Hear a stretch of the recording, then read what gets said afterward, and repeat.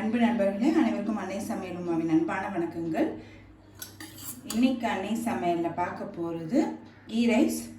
அதுக்கு சூப்பரான side dish chicken கிரேவியோட பார்க்க போகிறோம். வாங்க கீ ரைஸும் சிக்கன் கிரேவி எப்படி செய்கிறதுன்னு பார்க்கலாம்.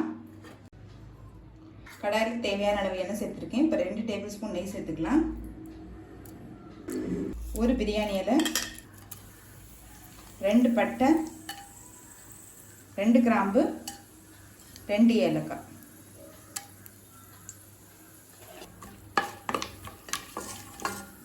அடுத்தது ஒரு வெங்காயத்தை சேர்த்துக்கலாம்.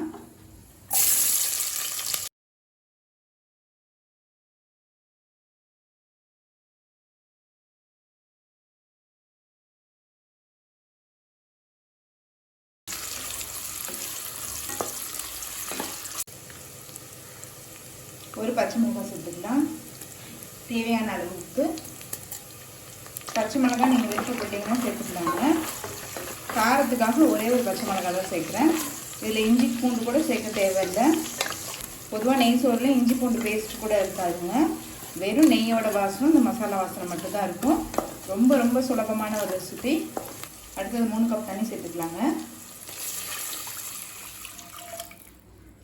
நான் 2 கப் அரிசி எடுத்துருக்கேங்க, அதனால் 3 கப் தண்ணி சேர்க்குறேன். தக்காளியில் எந்த காய்கறியுமே இல்லை, அதனால் 1க்கு 1.5 அளவில் தண்ணி சேர்த்திங்கனாலே போதுமானது. அடுத்தது நம்ம பாஸ்மதி அரிசி 20 நிமிஷம் ஊற வச்சு சேர்த்துக்கலாங்க.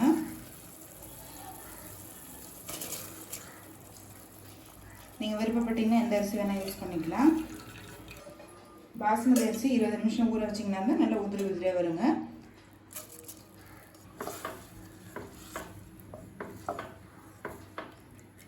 இப்போ மூடி போட்டு குக்கர்லேருந்து 2 விசில் வந்தாலே இறக்கி வச்சிடலாங்க.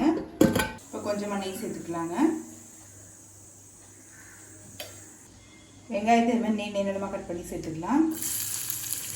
நல்லா வெங்காயம் கலர் மாறுற வரைக்கும் வதக்கிக்கலாங்க.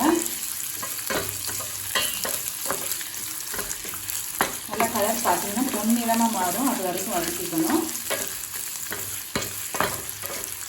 இப்போ முந்திரி கொஞ்சம் சேர்த்துக்கலாங்க.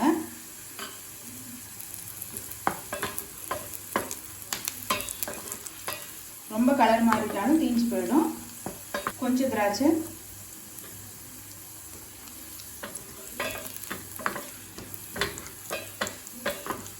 எல்லாத்தையும் வறுத்தாச்சுங்க. இப்போ இது கீ ரைஸில் சேர்த்துக்கலாம். இப்போ குக்கர்லேருந்து 2 விசில் வந்துருச்சு. வதக்கி வச்சுருக்க வெங்காயம், முந்திரி, திராட்சை இதில் சேர்த்துக்கலாம். இது மெதுவாக கலரிக்கலாங்க.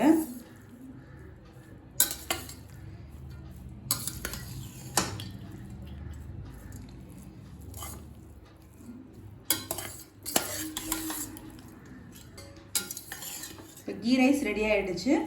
அடுத்து சிக்கன் கிரேவி எப்படி செய்கிறதுன்னு பார்க்கலாம். 2 பட்டை, 1 ஏலக்காய், 1 கருப்பு ஏலக்காய், 5 காஞ்ச மிளகாய், 1 டீஸ்பூன் கொத்தமல்லி, 1/2 டீஸ்பூன் மிளகு, 1/2 டீஸ்பூன் சீரகம், 1 டீஸ்பூன் சோம்பு, 3 காஷ்மீரி மிளகாய்.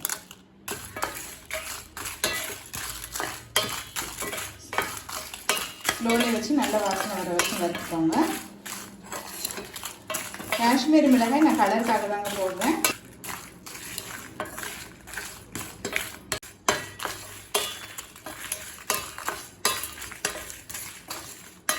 எல்லாத்தையும் வாசனை வர வரைக்கும் வறுத்தாச்சு. இப்போ இது கொஞ்சம் நேரம் ஆகின பிறகு மிக்சியில் அரைச்சிக்கலாங்க.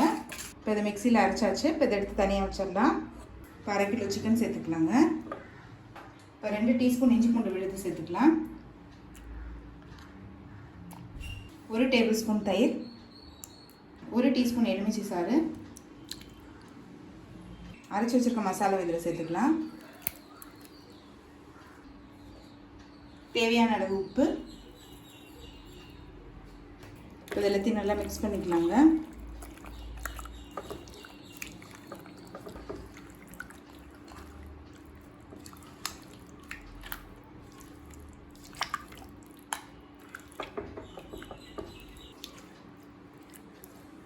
இப்போ இது எல்லாத்தையும் நல்லா மிக்ஸ் பண்ணியாச்சு. இப்போ இது ஒரு 1/2 மணி நேரம் ஊற வச்சிடலாங்க.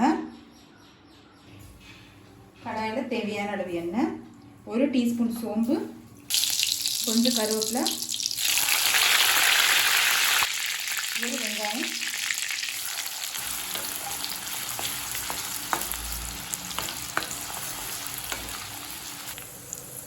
அடுத்தது தக்காளி சேர்த்துக்கலாங்க. தக்காளி பாதி தக்காளி சேர்த்துனா போடுங்க. அடுத்தது நம்ம மேரினேட் பண்ணி வச்சுருக்க சிக்கன் இதில் சேர்த்துக்கலாங்க.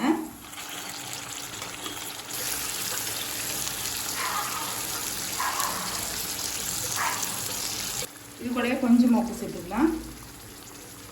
நம்ம ஏற்கனவே சிக்கன் கூட உப்பு போட்டிருக்கோங்க. இப்போ கொஞ்சமாக தான் உப்பு சேர்க்குறேன்.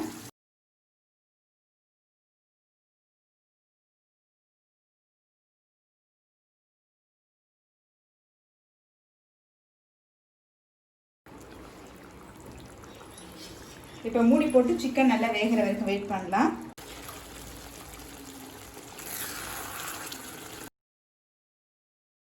இப்போ சிக்கன் முக்கால்வாசி வந்துருச்சுங்க. இப்போ சிக்கன் கிரேவி ரெடி ஆகிடுச்சுங்க. கீ ரைஸ் கூட சர்வ் பண்ணிடலாம்.